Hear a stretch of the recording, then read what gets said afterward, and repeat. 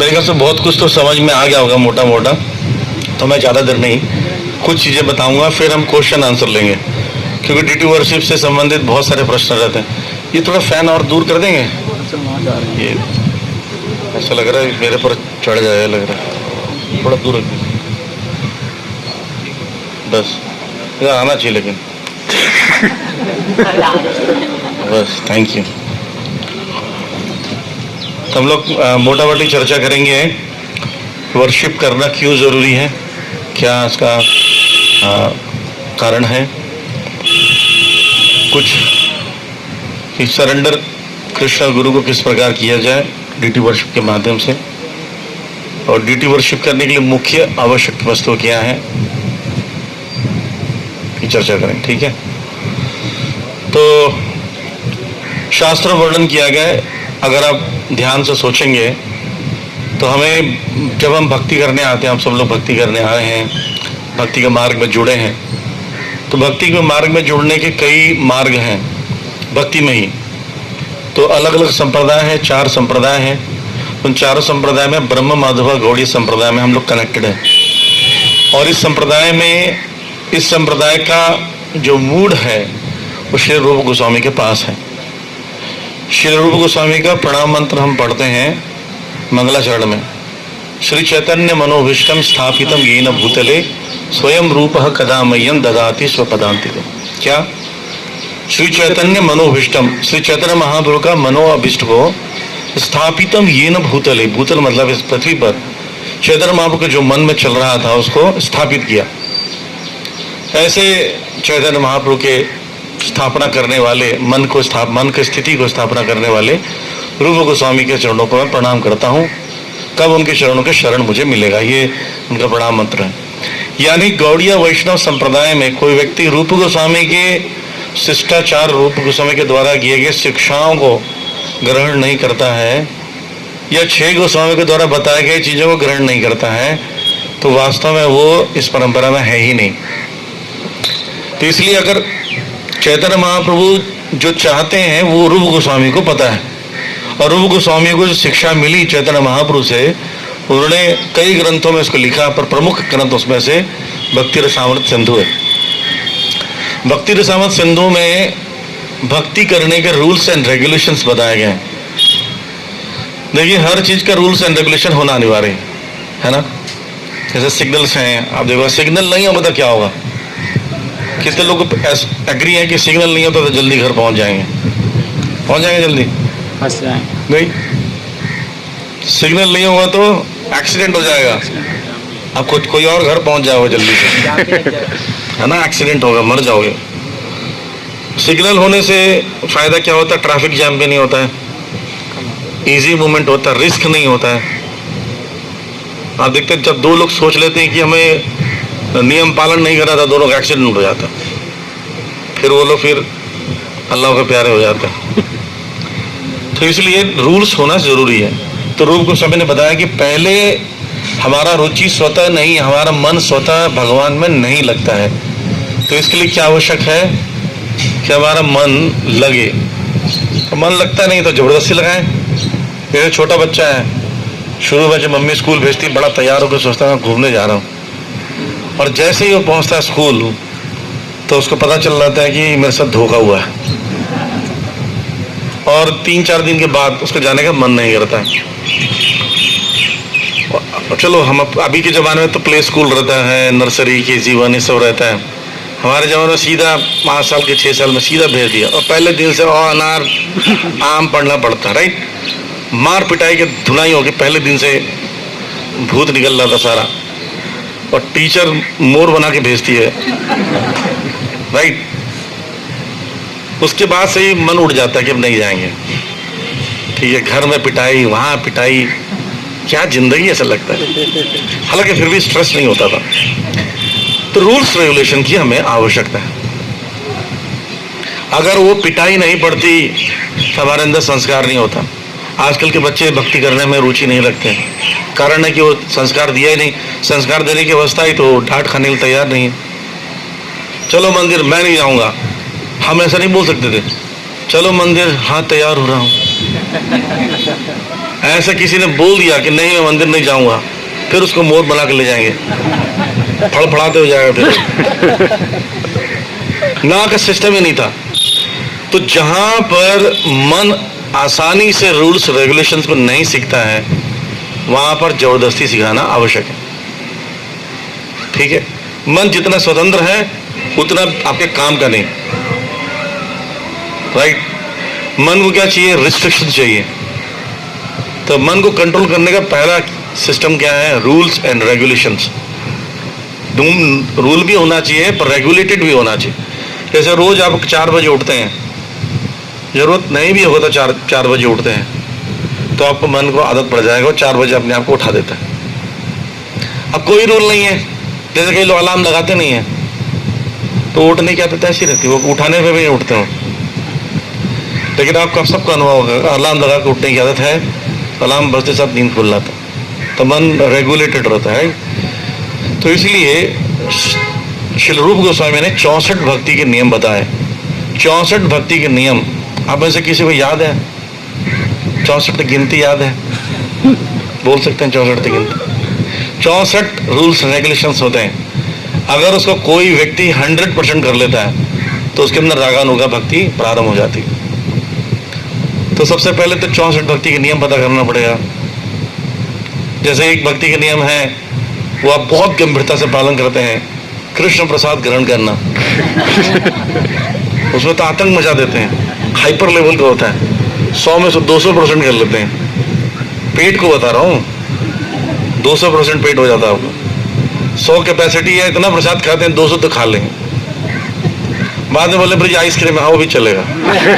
एक भक्त बगल में बैठा हुआ था मेरे, गुलाब जामुन आया, मतलब नहीं पेट भर गया प्रभु जी। अरे खाइए प्रभु जी, वो हमारे हरे कृष्णा प्रभु हैं मंदिर में, खाइए खाइए, कोई दिक्कत नहीं। बोला नहीं जगह नहीं है। अरे तो मिठाई तो कंडक्टर का सामान होता है, बस में तो कंडक्टर कैसे भी घुस जाएगा, खाइए। ऐसे होता है ना, बस भरी किधर भी हो कंडक्टर घुस जाता है। तो ऐसे एक नियम तो पालन करते हैं, ऐसे कई नियम जानते हैं। तुलसी को जल देना, डीटी वर्शिप, कीर्तन करना, जप करना, नृत्य करना, ताली बजाना, है ना, और धाम यात्रा करना, निवास करना, भक्तों का संग करना, भागवत सुनना, ऐसे कुछ 15-20 आप जानते होंगे, ये सारे नहीं जानते। जैसे एक नियम है कि एक रूल ऐसा है, आई थिंक 9वां रूल है कि ऐसे नियम मत बनाओ जिसको आप पालन नहीं कर सकते। एक रूल ये भी है। कई बार हम लोग ऐसे रूल बनाते हैं कि आज हम लोग 192 राउंड्स करेंगे, 9 भी नहीं हुआ। रूल बहुत बना लेते हैं। कई बार प्रण करते ना, पुरुषोत्तम मास में 1 टाइम खाएंगे, दूसरे दिन पता चला 4 बार खा गए। ऐसा हो जाता हमारे साथ। तो रूल्स इतना ऐसे बनाना चाहिए जो फिजिबल हो, इजी टू अडॉप्ट हो, इजीली कर सकें। तो इसलिए 64 भक्ति के नियम पढ़ने चाहिए। और 64 भक्ति के नियमों में 5 भक्ति के नियम प्रमुख हैं, उसको पांचांग भक्ति कहते हैं। पांचांग भक्ति कौन कौन से हैं? पहला, दूसरा, तीसरा, चौथा और गिन लिए 5वां हो गया। तो पहला है नाम संकीर्तन, जप करना, हरे कृष्ण मंत्र जप करना, संकीर्तन में भाग लेना, नगर संकीर्तन करना, ये पहला नियम है। दूसरा साधु संग, अकेले कुछ नहीं हो सकता संसार में, साधु संग बहुत जरूरी है। साधु संग सर्वशास्त्र कहे, लव मात्र साधु संगे सर्वसिद्धि होए। कृष्ण भक्ति होए मूल साधु संग, ये बहुत सुना हुआ आपने। अगला लाइन सुना है? इसका आगे लाइन किसको होता है? कृष्ण भक्ति होए मूल साधु संग तो सुन लिया। यदि कृष्ण प्रेम हो जाए तेहो पुनः मुख्य अंग। कृष्ण भक्ति का जन्म होता है साधु संग में, भक्तों के बीच। कोई भक्त आपके जीवन में बुक्स देता है, प्रसाद देता है, कीर्तन कराता है, लेक्चर देता है, अच्छा बिहेव करता है, इनवाइट करता है, फिर आप जुड़ जाते हो। बोलते हैं यदि कृष्ण प्रेम उपज जाए तेहो पुनः मुख्यांग। कृष्ण प्रेम उपज जाने के बाद आपके शरीर में रोमांच कंपास शुरू हो रहे हैं, उसके बाद भी ये मुख्य अंग है, छोड़ नहीं सकते इसको। बोले अब तो कृष्ण प्रेम हो गया, डिवोटी की जरूरत नहीं। चैतन्य महाप्रभु बताते हैं वो प्रदीप्त अवस्था में थे, दीप्त सुदीप्त अतिदीप्त प्रदीप्त 4 अवस्थाएं होती हैं। तो प्रदीप अवस्था तक पहुंच चुके थे। राधा रानी का भाव है मादनख्य महाभाव। इस स्तर पर पहुंचने के बावजूद भी वो साधु संग नहीं छोड़ रहे थे। उनके साथ भी 3.5 भक्त हमेशा रहते थे। 3.5 भक्त में 3 पुरुष और एक स्त्री थी, इसलिए आधा गिर रहे हैं। वो पूरा संग नहीं करती थी, वो सेवा करती थी, पानी लाना, क्लीन करना। तो 3.5 उनके पार्षद थे और भक्तों का संग करते थे। तो साधु संग दूसरा अंग है। तीसरा अंग भागवत श्रवण। मैंने पढ़ रहा था भक्ति रस सिंधु ग्रंथ में, इसका नाम लिखा है श्रीमद् भागवतम मर्म चर्चा। श्रीमद् भागवतम मर्म चर्चा। श्रीमद् भागवतम को पढ़ना नहीं है कि अपनी अपनी बुक लगा क्लास से सब पढ़ रहे हैं, नहीं। उसके अंदर जो जिस्ट दिया हुआ है, उसके अंदर जो ज्ञान दिया हुआ है, उसके मर्म की चर्चा, उसके जो उसमें पर्पस दिया हुआ है, जो बताना चाह रहे हैं श्रीमद् भागवतम सुखदेव गोस्वामी, उसको चर्चा करना भक्तों के बीच में, दैट इज भागवत श्रवण। ऐसे नहीं कि आप बोल रहे हो, आप बोल रहे हो मैं सुन रहा हूं, मैं बोल रहा हूं आप सुन रहे हो, बस इस कान से सुने, इस कान से निकाल ली, इसलिए इस कान में आए हैं। नहीं, ये नहीं है। चौथा है मथुरावास। कहाँ वास? मथुरावास। मथुरा मतलब धामवास। कौन सा धामवास? ब्रजमंडल, नवदीप मंडल, जगन्नाथपुरी। ये 3 स्थानों में निवास करने के लिए रूप गोस्वामी बता रहे हैं। जगन्नाथपुरी, ब्रजमंडल, नवदीप मंडल, इसमें वास करना है। ठीक है, हमेशा वास करो तो अच्छा है, कम से कम साल में 1 बार 2 बार जाकर 1 दिन रुकना चाहिए। धाम में रुकने का नियम अभी आजकल चल गया है, सिंगल डे जाना और आना है, धाम को छू छू के आ जाते हैं। 1 दिन निवास करने का वास्तविक नियम है। 5वां है अर्च्य विग्रह सेवन। तो आप जो भी कर रहे हो, भक्ति का एक भी अंग है, 5 अंगों में एक अंग है अर्च्य विग्रह सेवन। तो अर्च्य विग्रह के सेवन बताते हैं क्या है। वास्तव में भगवान क्या करते हैं, देखते हैं कि मध्यम अधिकारी, तीन भक्ति का स्तर होता है, उत्तम अधिकारी, मध्यम अधिकारी और कनिष्ठ अधिकारी। उत्तम अधिकारी का गुण क्या होता है, वो हमेशा अपने आप को भक्त समझता ही नहीं है। वो सोचता है थोड़ा भी किसी को भगवान में रुचि देखता है, बोले ये भक्त, मैं कब बनूंगा ऐसे, मैं कब बनूंगा। पर वो 24 घंटे भगवान का नाम ले रहा हो, कीर्तन कर रहा हो, प्रसाद ग्रहण कर रहा हो, आनंद मेरे भगवान के, लेकिन क्या सोचता है मैं भक्त हुई नहीं, मैं कब भक्त करूंगा, भक्ति करूंगा।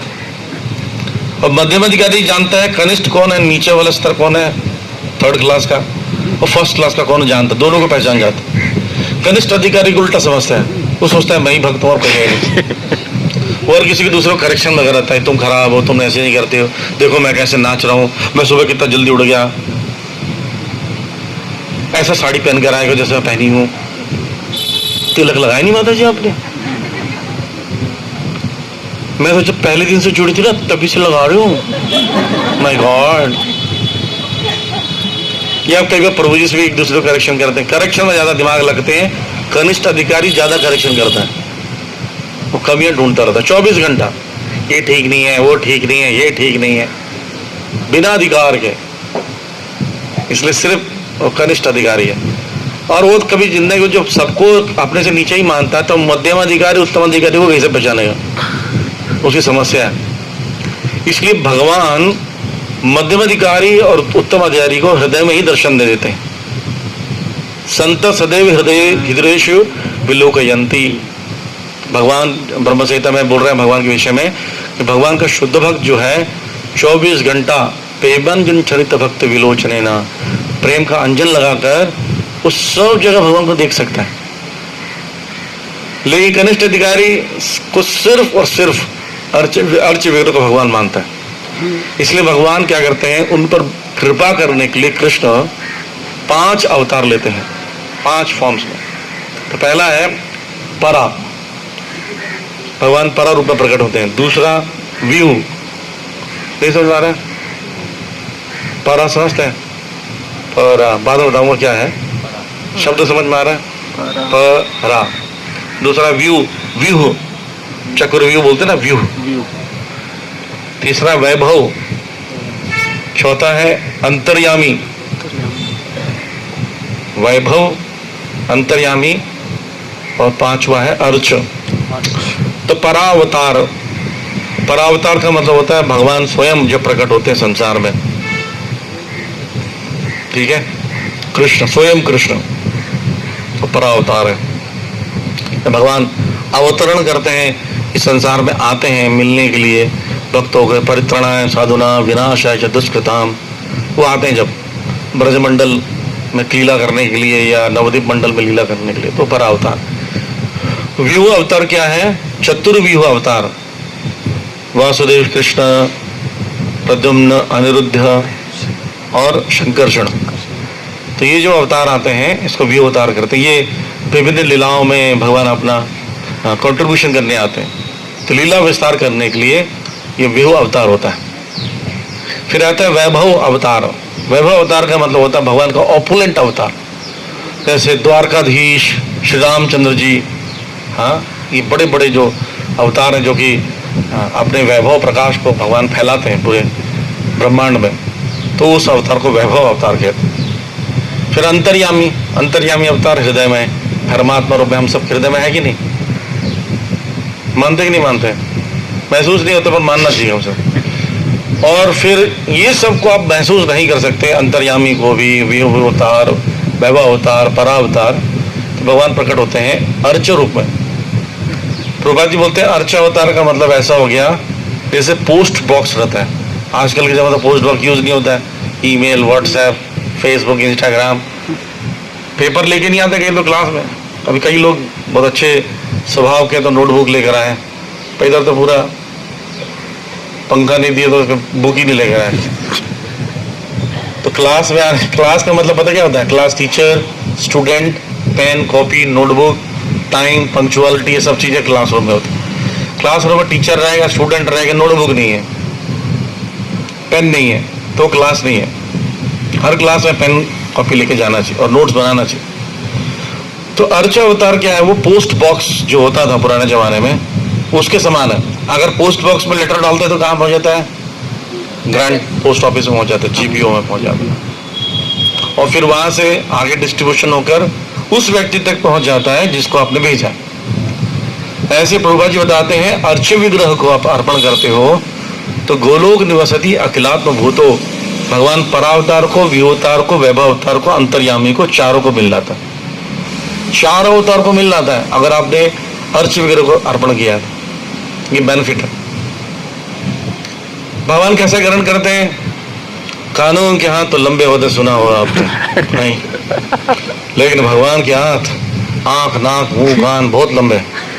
भगवान क्या रहते हैं? गोलोक निवसति, गोलोक में रहते हैं, अखिलात्म भूतो, सारे संसार में है।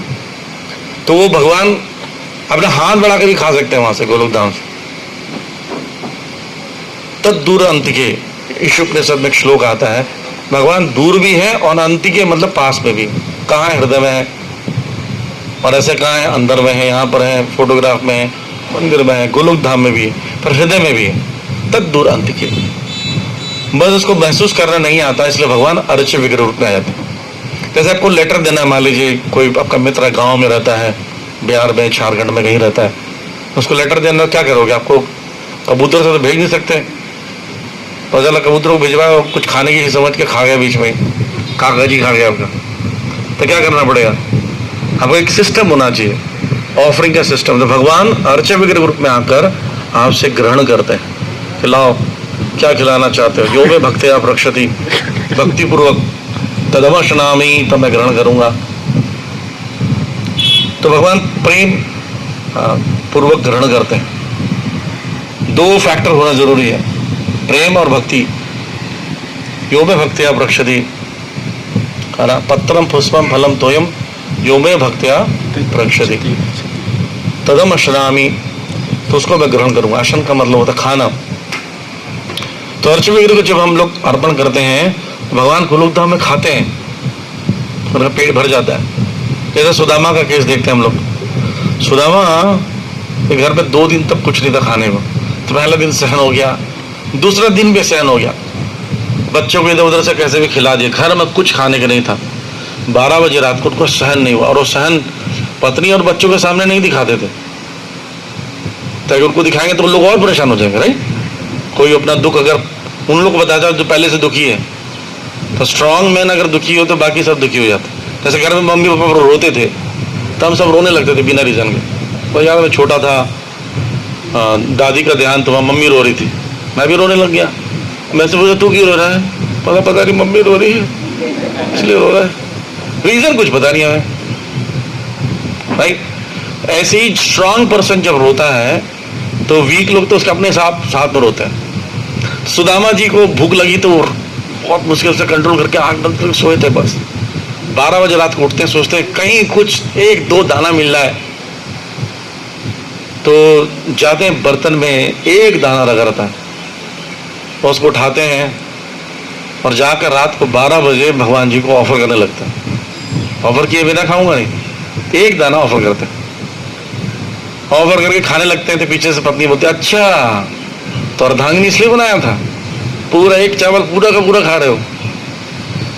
बोलते बेटा तुम भी खा लो, आधा तोड़ के तुम भी खा लो, क्या करेंगे, तो आधा दोनों खा लेते हैं। तो वहां पर रुक्मिणी जी भी कहती हैं कि अब तो दया करो उस पर, देखो कितना महान भक्त है।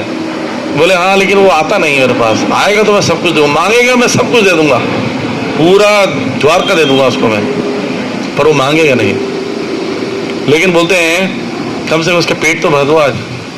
बोलते हैं जैसे ये अंदर जाएगा ना पेट तक पहुंचेगा, इसका पेट नहीं सारे संसार में जितने जीवित प्राणी हैं सबका पेट भर जाएगा। तो भगवान अर्चे विग्रह को जो अर्पण करते हैं, अगर भगवान प्रभुपाद जी कहते हैं भगवान जिसके हाथ से खा लिए उसको जीवन में कभी दरिद्रता नहीं आएगी, दरिद्रता आ ही नहीं सकती। जो कार्य लक्ष्मी जी करती है विष्णु को खिलाना, वो लक्ष्मी जी प्रसन्न नहीं हो जाएगी, सोच के देखिए। इसलिए अर्चे वीर को सेवा करना बेस्ट एक्टिविटी है। फास्ट आपका ग्रोथ करना है, आपको अपने अंदर से लस्ट हटाना है, अपने अंदर से क्लीनलीनेस को बढ़ाना है और अपने अंदर कंसंट्रेशन बढ़ाना है। 3 चीजें क्या क्या? पहला क्या है? लस्ट। अगर किसी के अंदर बहुत काम भावना है तो भगवान के विग्रह की सेवा करनी चाहिए, या तो पिक्चर हो, विग्रह हो, विग्रह से संबंधित सेवाएं, कुकिंग करना, गार्लैंड बनाना, ये भी है, डायरेक्ट नहीं मिलता है ये तो, वो भी उसी के अंतर्गत आता है। किचन के क्लीन करना, विग्रह के वस्त्र तैयार करना, गार्लैंड तैयार करना, वो करने से लस्ट चला जाता है। और क्या होता है? क्लीननेस बढ़ता है, क्योंकि आपको अर्चे विग्रह के लिए सफाई करना पड़ेगा, नहाना पड़ेगा। बिना नहाए ऑल्टर नहीं जा सकते, बिना किचन में कुकिंग नहीं कर सकते, तो 3 बार नहाना ही पड़ेगा आपको, 3 बार भोग लगाना, 3 बार नहाना पड़ेगा। जो भी मंदिर में जाते हैं कुकिंग करने में आता है, यहाँ से जाती हैं कपड़ा सेट लेकर, उनके अलग कमरा दिया, वो नहाती हैं, फिर नया साड़ी पहनती, फिर किचन जाती हैं। राइट, ये विधि है। स्नान किए बिना गार्लैंड नहीं बना सकते। फिर आप वो सुई में धागा डालते हैं ना, पहले थूक लगा लेते थे, अब नहीं लगा सकते। हाथ आपके साफ होना चाहिए, दूषित अवस्था में नहीं, 4 दिन जो माते हैं दूषित, उस समय नहीं कर सकते। तो स्वच्छता का पालन करने से क्लीनलीनेस बढ़ जाता है। फिर अंतिम में क्या? कंसंट्रेशन हाई होता है। डीटीज को जब सेवा करते हैं, डीटीज को देखते हो ना, तो हमारे हृदय में जो मदन है, कामदेव है, वो जगह छोड़ देते हैं, खाली करो जगह भैया, ये किसी और को बैठा रहे हैं आप। हमारे हृदय में कामदेव विराजमान है, 24 घंटा कामंजन लगा रखा है, 24 घंटा हम लोग कुछ खा लो, पा लो, प्राप्त कर लो, बढ़िया सुगंध आ रहा, कोई अच्छा बनी रहा होगा, है ना। इसके बाद तो वही प्रोग्राम है, थोड़ा लंबा चल गया, थोड़ा बहुत खाए थे लेकिन कुछ बढ़िया मिल रहा तो अच्छा रहता है। राइट, हमारे मन में खाना, अच्छे कपड़े, अच्छा घर, पैसा मिल रहा है, इसकी भावना ज़्यादा प्रबल है। तो ये सब चीज़ें शांत हो जाती हैं जब भगवान की अर्चे वीर की सेवा करते हैं। जैसे मैं मान लीजिए बैठ के काम कर रहा हूँ और यहाँ पर एक व्यक्ति चिल्ला रहा हो या कुत्ता भौंक रहा हो, कोई कपड़े खींच रहा हो, तो मैं कोई चीज़ को कार्य कर रहा हूँ नहीं कर पाऊँगा, कंसंट्रेशन नहीं होगा। इसलिए ऐसे व्यक्ति का जब में मन लगता नहीं है और कोई सेवा करते सेवा मन लगता है, इवन पढ़ाई में मन नहीं लगेगा। लेकिन अगर आप अर्चे वीर की सेवा करेंगे ना, आप देखना आपका कंसंट्रेशन हाई हो जाएगा, बहुत जल्दी याद होगी चीज़ें। तो इसलिए 3 कारण के लिए अर्चे वीर की सेवा करनी चाहिए। और अर्चे वीर की सेवा कैसे होना चाहिए? हृदय से। ऐसे नहीं भावना होना चाहिए कि इतना टेंशन क्यों लें, वही नहाना धोना, आचमन, माला तिलक लगाओ, साड़ी नहीं पहनो, इससे अच्छा वर्षी में बंद करो। कई बार ऐसे करता है आलस के कारण। तो क्यों किया जाए? इसका पहला कारण है Krishna is supreme enjoyer. Krishna जो है सुप्रीम एंजॉयर है, तो उनके एंजॉय के लिए जब काम नहीं करोगे तो आप दुखी रहोगे। भोक्तारम यज्ञतपसाम सर्वलोक महेश्वरम सुहृदम सर्वभूतानाम ख्यात्मवान माम शांत रक्षति। 5:29 भगवद गीता में भगवान बोल रहे हैं। क्या? भोक्ताराम मैं हूं, तो मेरी सेवा नहीं करो तो किसकी करोगी? भगवान की सेवा नहीं करो तो किसी और की सेवा करेंगे, राइट? तो शास्त्र में इसका वर्णन किया गया है। क्या वर्णन किया गया है? 11वें स्कंद में ही है, शायद हो सकता है रसराज ने आपको मेंशन किया होगा, फिर भी मैं बता देता हूँ। दभ्य प्रसिद्धेरमध्ययागः प्रतिमादेषु आमनीयः भक्तस्य च यथा लब्धैर्हृदय भावेन चैवहि। One should worship me in my deity forms by offering the most excellent paraphernalia। बोले मेरे अर्च वगैरह की सेवा करना चाहिए। भगवान बोल रहे हैं कि अगर कोई व्यक्ति मेरी भक्ति करना चाहता है, उन्नत होना चाहता है, तो मेरे विग्रह की पूजा करे। और कैसे? मोस्ट एक्सेलेंट पैराफेरेलिया, उत्तम कोटि के वस्तु प्रदान करके। ये नहीं कि अपने घर में बढ़िया सा घी लगा के खा रहे हो 2000 वाला, भगवान जी को दे दिया अनिक घी, या हुआ था मधुसूदन का 150 रुपये वाला, पता नहीं किसी का चर्बी रहता है, किसका चर्बी रहता है। ठाकुर जी वाला घी कहाँ है, सब पूछते हैं घर में। ठाकुर जी वाला घी कहाँ है भैया? अच्छा घी होना चाहिए ना। इधर अपना मालपुआ बना के खा रहे हैं, ठाकुर जी माखन मिश्री खाते हैं, हम जी वहाँ छोड़ देते हैं, अपने आप खाते हैं। लल्ला है हमारा, आप अपने लल्ले को कैसे खिलाएंगे अपने बच्चे को? इसलिए बोले most excellent paraphernalia. But a devotee completely free from material desire may worship me with whatever he is able to obtain। अगर कुछ नहीं हो सकता, लेकिन फिर भी भगवान का भक्त जो शुद्ध है वो मन से भी सेवा कर सकता है विग्रह की। अगर शुद्ध भक्त है तो मन से ही वो बढ़िया बढ़िया आइटम ला सकता। मन से तो बहुत बढ़िया चांदी के चम्मच में ला सकते हैं भगवान जी को, नहीं। बोले भगवान जी को मैं आज 56 भोग लगा रहा हूँ, मन में 56 भोग बनवाइए। पद्मपुराण में वर्णन आता है, व्यक्ति ने भोग लगाया भी था, और खीर को जब उसने छुआ, हाथ जल गया उसका हाथ कैसे जल गया? मैं तो मन से कर रहा था, पर इफेक्ट उसका शरीर में आता है, राइट? तो मन से भगवान जी को वर्शिप कर सकते हो। तो completely free from material desire may worship me with whatever he is able to obtain and may even worship me within his heart with mental paraphernalia. Mental paraphernalia से भी कर सकते हैं। हृदय भावे न चाहिए, तो इसमें हार्ट बहुत जरूरी है भक्ति करने के लिए, वर्शिप वगैरह के लिए। अब आपका मन नहीं है, ऐसा लगा कोई फंसा दिया है,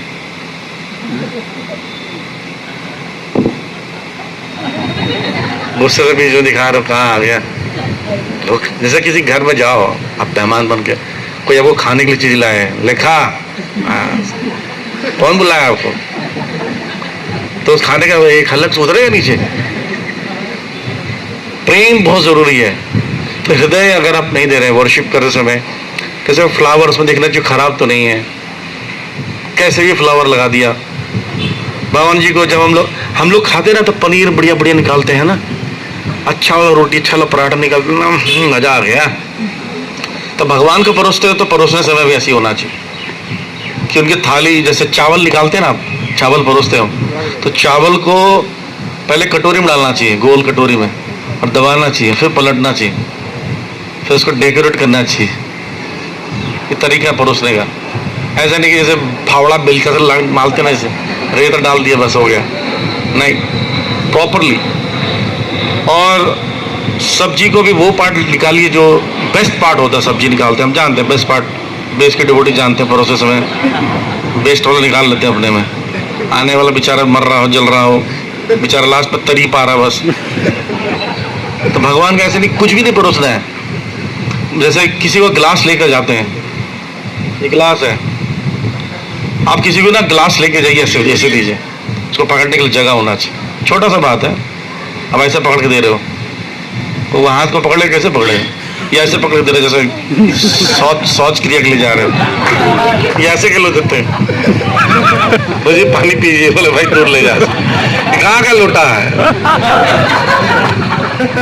ठीक है, तो तरीका होता है दोनों हाथ से ये तरीका होता है, या फिर किसी ट्रे में दिया जाता है ताकि होल्ड कर ले आसानी से। ऐसे ही भगवान को जो चीज़ आप अर्पण कर रहे हो वो अर्पण करने का तरीका बेस्ट है। अच्छी थाली हो, क्लीन हो, नया हो, चांदी का सोने का हो तो अच्छा है, अगर नहीं है तो कम से कम ब्रोंज का हो, कांसा का, नहीं तो बहुत पीतल है, अब बहुत गिरा तो कम से कम स्टील का तो होना चाहिए। ये नहीं प्लास्टिक में दे रहे हैं, कागज में दे रहे हैं, वो नहीं होना चाहिए, वो थर्ड क्लास का ऑफरिंग है। तो इस प्रकार से आप हार्ट लगाएंगे ना उसमें, तो आपके घर में जो अवेलेबल है, वह बोल रहे ना, व्हाट में ही अवेल या ऑब्टेन, इजीली ऑब्टेन, इजीली जो प्राप्त कर सकते हो वो आप उनको दीजिए। पर कैसे? बेस्ट तरीके से। आपके घर में आरओ नहीं है, नल का पानी है, पर नल का पानी को भी अच्छे ढंग से तुलसी डालकर साफ सुथरे गिलास में परोसा जा सकता है। कई धनाढ्य घरों में हम गए, देखे भगवान के पीतल के बर्तन ऐसे काला पड़ा है, मतलब कौन सा कलर का था ये पहले? आपको पता चांदी का बर्तन को धोने का तरीका क्या है? आप एक थाली लीजिए, एक बड़ा सा कुछ बर्तन लीजिए, उसमें अंदर फॉइल लगा लीजिए, एल्युमिनियम फॉइल, और उसमें चांदी के बर्तन का चांदी का आभूषण को बता रहा हूँ, उसको डाल दीजिए, 2 मिनट गर्म करके ब्रश से तो एकदम चमक जाएगा। वो कुछ क्रियाएं करता पानी के साथ, नॉर्मल पानी और एल्युमिनियम फॉइल अंदर लगाइए। और जो पीतल के बर्तन है उसको कैसे साफ करते हैं? इमली ले लीजिए, इमली मार्केट में मिलता है, जो कच्चा रॉ इमली होता है, जिसमें बीज वीज सब होता है और सफाई नहीं होता है, गंदा इमली बोलते हैं, उसको लीजिए और एक बकेट में, इतने बड़े बकेट में डुबो दीजिए और पानी डाल दीजिए। अब वो बन गया एसिड, हाई एसिड, थाली डुबो दीजिए 1 घंटा, आधा घंटा, बस निकालिए, चमचमाएगा। अब महरोली सेंटर में जाकर देखिए तो तेज रोशनी आती, देख नहीं पाओगे बर्तन, इतना चमकता है। तो भगवान आपसे नहीं मांग रहे कुछ बहुत महंगी चीजें, लेकिन आप जो एटीट्यूड है उसके पीछे वो बेस्ट होना चाहिए। सर्विस करते समय ऑफरिंग करें, जैसे कई लोग, आप में से कई लोग बहुत अच्छा गार्लेंड तैयार करते हैं या ऑल्टर डेकोरेट करते हैं, वो भगवान देखते हैं। भगवान बहरे नहीं है, गूंगे नहीं है, अंधे नहीं है, भगवान सबके हृदय में झांक कर देख रहे हैं। तो आप क्या मूड से कर रहे हो? हाथ साफ होना चाहिए। ड्यूटी वर्शिप करते समय यहाँ हाथ जो होता है भगवान का होता है, ये हाथ कहीं ऐसे खुजा रहे हो, पसीना पोंछ रहे हो, वो ठीक नहीं है, ठीक है? तो यही बात बता रहे हैं यहाँ पर। तो भगवान ये बात बोल रहे हैं कि क्या करना है आपको, ऐसा सर्विस करना है जिससे कि हृदय लगे, आपकी चेतना उस पर लग जाए, राइट? और बताते हैं हियरिंग और चैंटिंग। अगर कोई बोलता है योग धर्म क्या है, हरिनाम संकीर्तन है, तो ड्यूटी वर्शिप क्यों करा रहे प्रभु जी? सुबह से बैठा रखा है यहाँ पर धूप में, हरिनाम संकीर्तन ही करा दो। तो इसमें भक्ति संदर्भ में इसका वर्णन दिया गया है कि chanting is primary, duty worship is auxiliary. Auxiliary समझते हैं? ऑक्सिलरी के मतलब होता है कि वो उसका पूरक है। अगर हरे कृष्ण मंत्र को अगर ठीक से करना चाहते हो तो वर्शिप करने से प्योर होते हो, प्योर होने से हरे कृष्ण मंत्र अच्छे से जप सकते हो। तो वो सपोर्टिव रोल है, ऑक्सिलरी का काम ये होता है।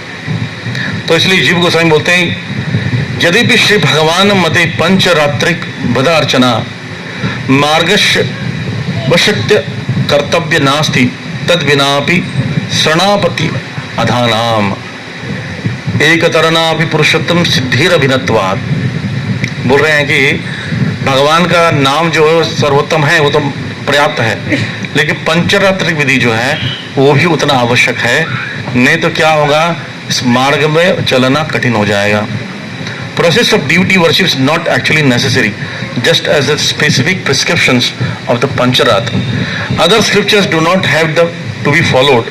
The Bhagavatam enjoins that even without practicing deity worship, one can achieve the complete success of human life. परंतु क्या बोल रहे हैं, लेकिन डिवोशनल प्रोसेस जो है उसमें अर्चन विग्रह करने, पूजा करने से आपका रुझान भक्ति की तरफ, भगवान की तरफ होता है। अब समझिए कैसे, जैसे मैं बोलूँगा एक व्यक्ति का अगर तुम नाम पुकारते रहोगे ना तब उद्धार हो जाएगा, लेकिन उस व्यक्ति को जानते नहीं हो, कि कभी मिले नहीं, उससे सेवा नहीं की, उसका नाम पुकारना आपके लिए इम्पर्सनलिज्म, राइट?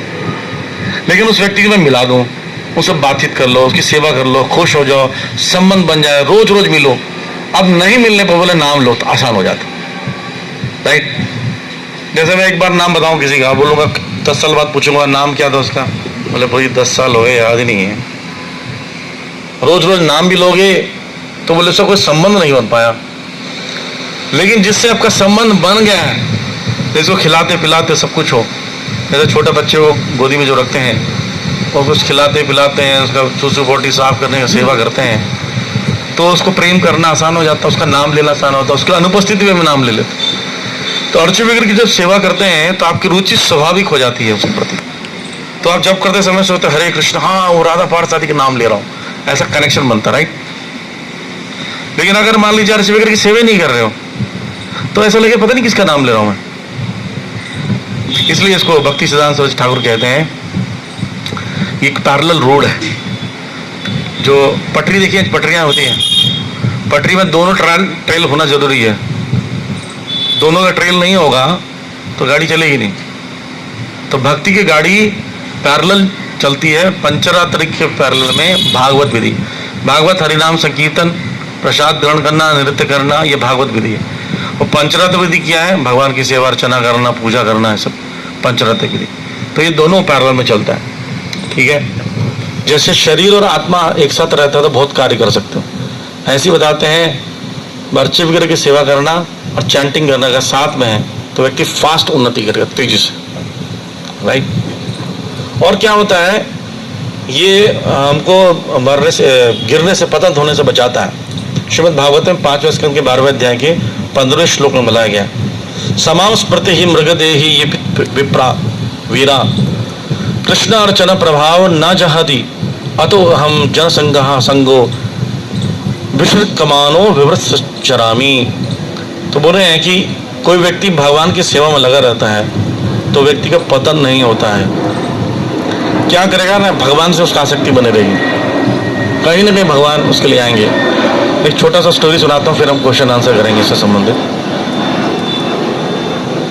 जैसे आप जानते हैं गजेंद्र को, गजेंद्र मोक्ष जान सुना आप लोगों ने? गजेंद्र जो थे वो पिछले जन्म में ने श्लोक याद किए थे, पता आपको? जब वो राजा इंद्रदुम्न थे तो श्लोकास याद करते थे। श्लोकास याद होके ना, श्लोकास हार्ट में चले जाते हैं, चित्त में।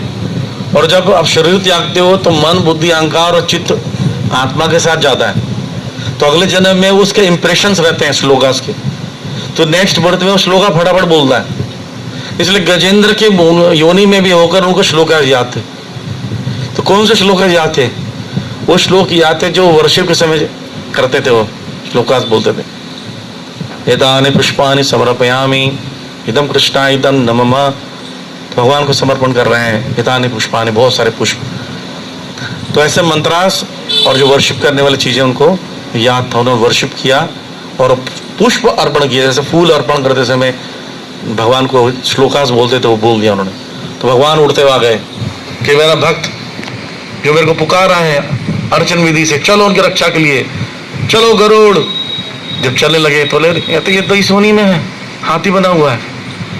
कोई बात नहीं, इस हाथी की योनि से मुझे याद किया है, तो चक्र चलाकर उनको बचा दिया। तो एक छोटी सी कथा है, मैं बता देता हूँ उसके विषय में, आपने शायद सुना भी हो। एक बार एक ब्राह्मण भक्त रहता है, छोटा रहता उम्र में, 15 साल घर से छोड़ देता और बोलता है मैं जाऊंगा जितने भी दिव्य देशम है, जितने भी रामानुजाचार्य द्वारा स्थापित मंदिरों का दर्शन करूंगा और वहां रहकर जीवन यापन करूंगा। तो भ्रमण करते करते 10 साल हो जाते हैं, 25 साल का जब हो जाता है तो एक मंदिर में, लक्ष्मी नारायण मंदिर में पहुंचता है। अर्च वेर का दर्शन करके आंखों से अश्रुपात होता है और मूर्छित होता रहता है। सब लोग देखते हैं बड़ा अच्छा आदमी, उसको बुलाते हैं, भोजन खिलाते हैं। तो बोलते कहाँ से आए हो? बोले मेरा कोई घर नहीं है, मैं चाहता हूँ इस वगैरह की सेवा, जितने में कुछ ना कुछ सेवा मिल रहा है। बोले आपको जानते नहीं है पर एक सेवा दे देंगे हम, हमारे यहाँ बगीचा है, उसमें आप फूलों को, क्यारियाँ, उसको पानी दो। पानी देने से जो फूल बढ़ेंगे, फूल उगेंगे, उस फूल को माला बनाना और वगैरह को अर्पण करना। बड़ा खुश हो जाता है और बोलते हैं बदले में दोपहर को जो लंच प्रसाद होता है, भगवान जी को राजभोग लगता है, एक थाली हम देंगे। तो ठीक है, एक प्रसाद में दोपहर को खा लूँगा, रात को जरूरत नहीं। सेवा करने लगता, डेली गार्लेट बनाता था। तो 10 साल तक सेवा करता रहा और 10 साल सेवा करते करते भगवान इतने खुश हो गए। रोज लक्ष्मी जी को बोलते हैं, देखा मेरा भक्त कितना महान है, बिना चुके 10 साल से सेवा कर रहे थे भी।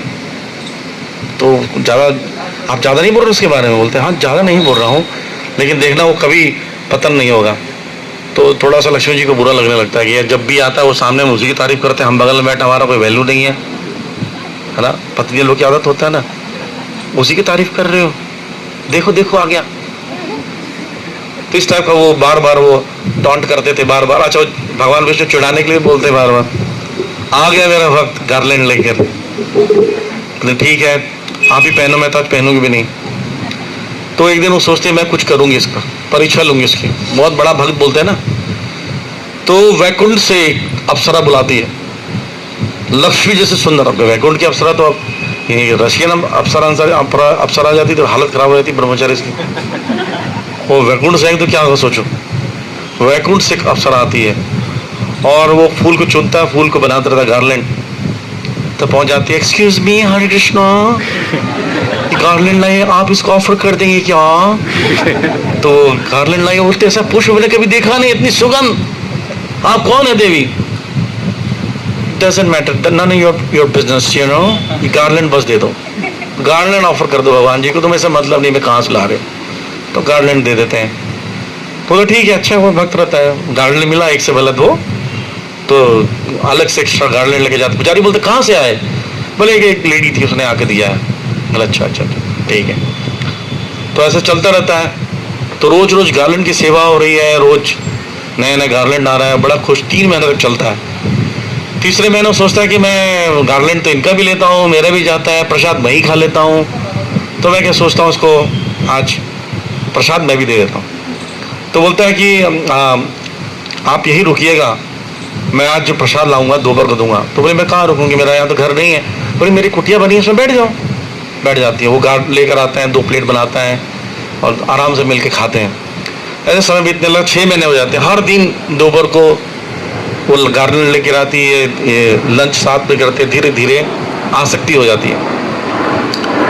तो भगवान की सेवा कर करके और इधर भी स्त्री की सेवा करते करते स्त्री से आसक्ति हो जाती है। फिर सोचता है कि कितना बढ़िया होगा अगर हम दोनों मिलकर यहाँ गार्लैंड बनाएं, एक साथ बैठें और वो मगर मुझे उठाए सुबह से मंगल आरती में, हरि बोल, उठो ना मंगल आरती का समय हो गया है, कितना बढ़िया रहेगा। फिर हम लोग तुलसी जी के पास बैठ के माला करेंगे, है ना।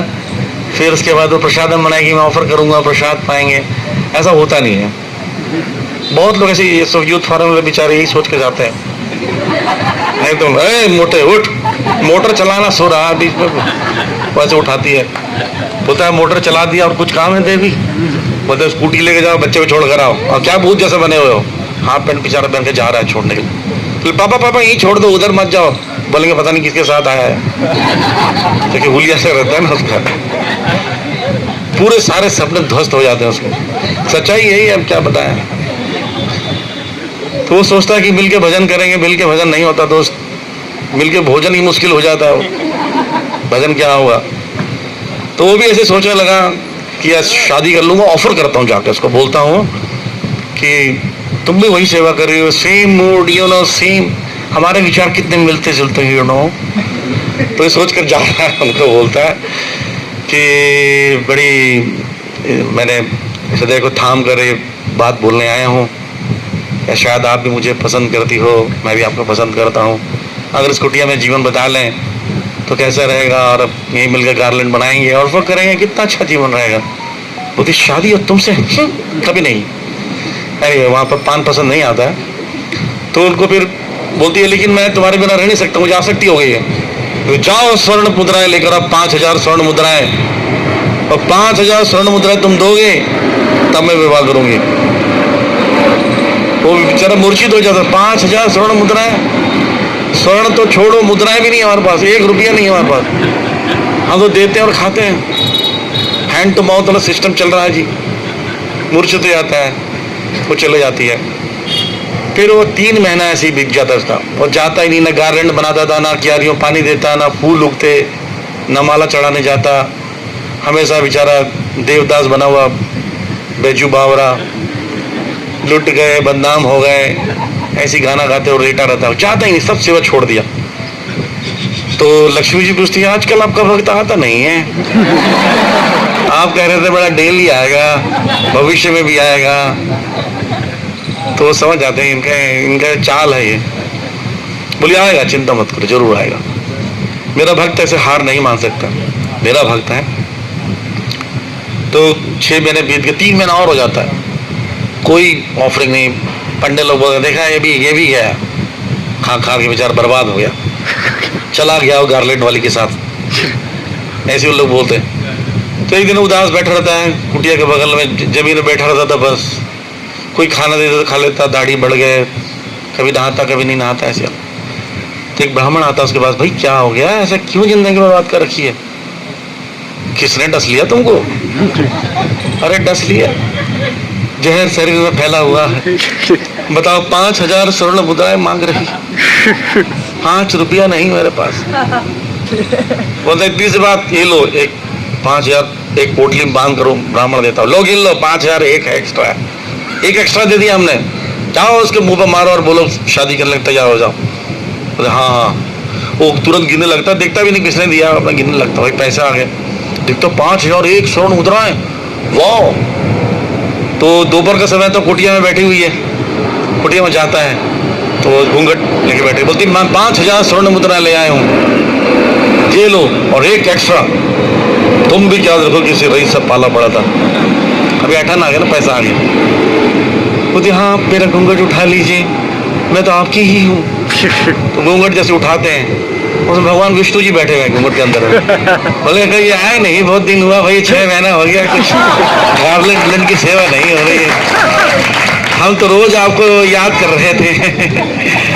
अरे भगवान आप, तो बोलते हुए तब समझ में आता, अरे भगवान मैंने तो सेवा छोड़ दी, 6 महीने सबकी सेवा नहीं कर रहा हूँ, मैं पागल हो गया, कैसा मूर्ख व्यक्ति हूँ, भगवान मुझे क्षमा कर दो। रोने लगते, आंसू गिराने लगते, आंसू से धो देते चरणों, मैं कितना मूर्ख था, स्त्री के पीछे पागल हो गया, अवश्य आप स्वर्ण मुद्रा लेके आना। बोलता और कौन लेकर आएगा स्वर्ण मुद्रा, तुमको कौन देगा, तुम मेरे हो पुत्र, इसलिए मैंने तुम्हें दिया। और याद रखना तुम 100 बार गिरोगे, मैं 100 बार आऊंगा तुम्हें बचाने के लिए, क्योंकि तुम मेरी सेवा करते हो, छोड़ूंगा नहीं, चिंता मत करना। जाओ उठो, ये ब्लेड लो, दाढ़ी बनाओ, नहाओ धो तैयार हो जाओ, और कुछ फूल है उसे गार्डन बनाओ, पौधे में पानी दो, जाओ। बोलते यस, जोश आ जाता उसको, जाके पूरा क्लीनिंग करते हैं, बढ़िया से नहा धो के तैयार होकर गार्डन बना के आते हैं, डन डन पहुंचते हैं मंदिर में। लक्ष्मण जी बोलती ये कहां से आ गया? बोलते देख रहे हो मेरे भक्त को, मैं कहता था ना जरूर आएगा। बोलते भक्त इधर प्रणाम जरूर करना लक्ष्मी जी को। लक्ष्मी जी को प्रणाम करते हैं, गार्डन ऑफर करते हैं। तो बोलते हैं ये कैसे हो गया? बोले जब तुम इंटरफेयर कर सकते मेरे भक्त के जीवन में, तो मैं नहीं कर सकता।